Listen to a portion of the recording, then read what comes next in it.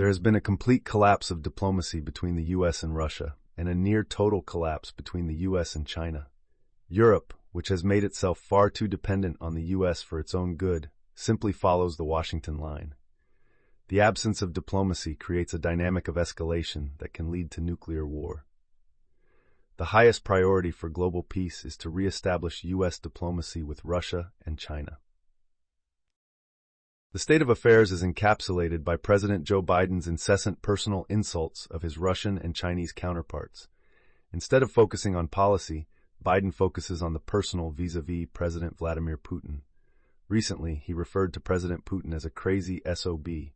In March 2022, he stated that, for God's sake, this man cannot remain in power. Just after meeting with Chinese President Xi Jinping last fall, Biden called him a dictator. This crude personalization of complex superpower relations is inimical to peace and problem-solving.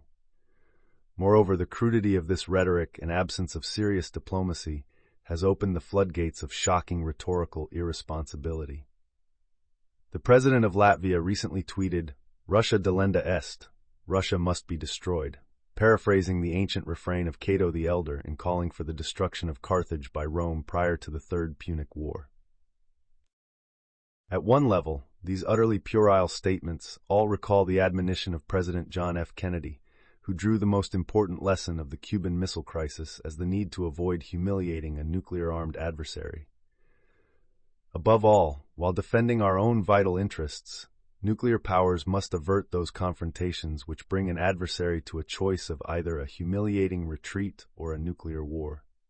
To adopt that kind of course in the nuclear age would be evidence only of the bankruptcy of our policy, or of a collective death wish for the world.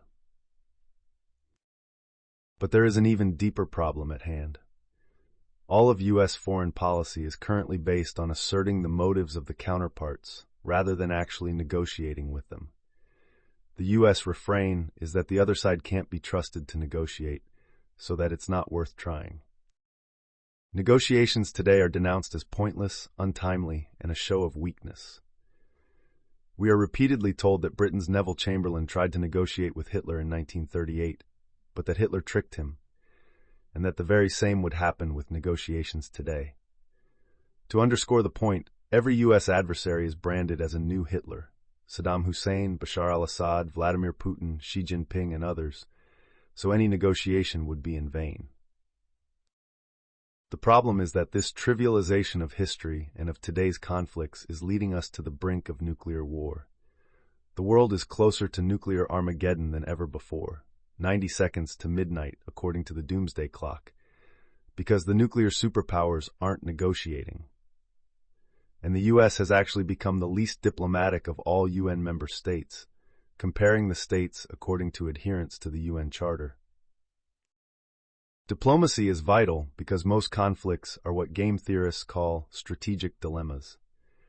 A strategic dilemma is a situation in which peace, or more generally cooperation, is better for both adversaries, but in which each side has the incentive to cheat on a peace agreement in order to take advantage of the foe. During the Cuban Missile Crisis, for example, peace was better for both the U.S. and the Soviet Union than nuclear war, but each side feared that if it agreed to a peaceful outcome, the other side would cheat, for example through a nuclear first strike.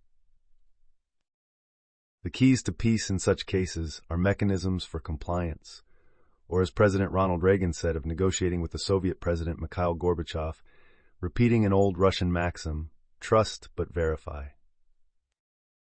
There are many mechanisms for building trust.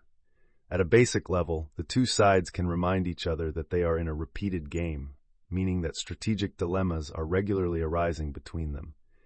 If one side cheats today, that kills the chance for cooperation in the future. But there are many additional mechanisms for enforcement: formal treaties, third-party guarantees, systematic monitoring, phased agreements, and the like. JFK was confident that the agreement to end the Cuban Missile Crisis that he negotiated with Soviet leader Nikita Khrushchev in October 1962 would stick, and it did.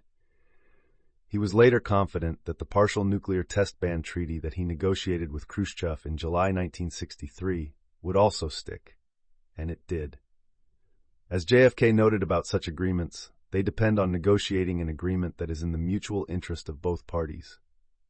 Agreements to this end are in the interests of the Soviet Union as well as ours, and even the most hostile nations can be relied upon to accept and keep those treaty obligations, and only those treaty obligations which are in their own interest.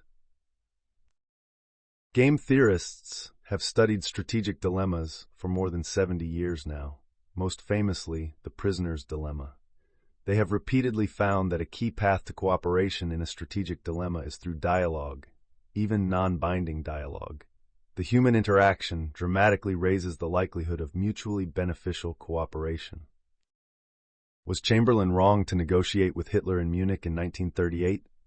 No, he was wrong on the specifics, reaching an ill-advised agreement that Hitler did not intend to honor and then naively proclaiming peace for our time. Yet even so, Chamberlain's negotiation with Hitler ultimately contributed to Hitler's defeat. By plainly exposing Hitler's perfidy to the world, the failed Munich agreement paved the way for a resolute Winston Churchill to take power in Britain, with deep vindication and with deep wellsprings of public support in Britain and worldwide, and then ultimately for the UK-US-Soviet alliance to defeat Hitler. The repeated analogy to 1938 is in any event utterly simplistic, and in some ways even backward. The war in Ukraine requires real negotiation among the parties, Russia, Ukraine, and the US, to address issues such as NATO enlargement and mutual security of all parties to the conflict. These issues pose true strategic dilemmas, meaning that all parties, the US, Russia, and Ukraine, can come out ahead by ending the war and reaching a mutually satisfactory outcome. Moreover, it has been the US and its allies that have broken agreements and refused diplomacy. The US violated its solemn pledges to Soviet President Mikhail Gorbachev and to Russian President Boris Yeltsin that NATO would not move 1 inch eastward. The US cheated by supporting the violent coup in Kiev that toppled Ukraine's President Viktor Yanukovych. The US, Germany, France, and the UK duplicitously refused to back the Minsk II agreement. The US unilaterally withdrew from the Anti-Ballistic Missile Treaty in 2002 and from the Intermediate Force Agreement in 2019. The US refused to negotiate when Putin proposed a draft Russia-US treaty on security guarantees on December 15, 2021. There has in fact been no direct diplomacy between Biden and Putin since the beginning of 2022, and when Russia and Ukraine negotiated directly in March 2022, the UK and US stepped in to block an agreement based on Ukrainian neutrality. Putin reiterated Russia's openness to negotiations in his interview with Tucker Carlson last month, and did so again more recently. The war rages on, with hundreds of thousands dead and with hundreds of billions of dollars of destruction. We are coming closer to the nuclear abyss. It's time to talk. In the immortal words and wisdom of JFK in his inaugural address, let us never negotiate out of fear, but let us never fear to negotiate.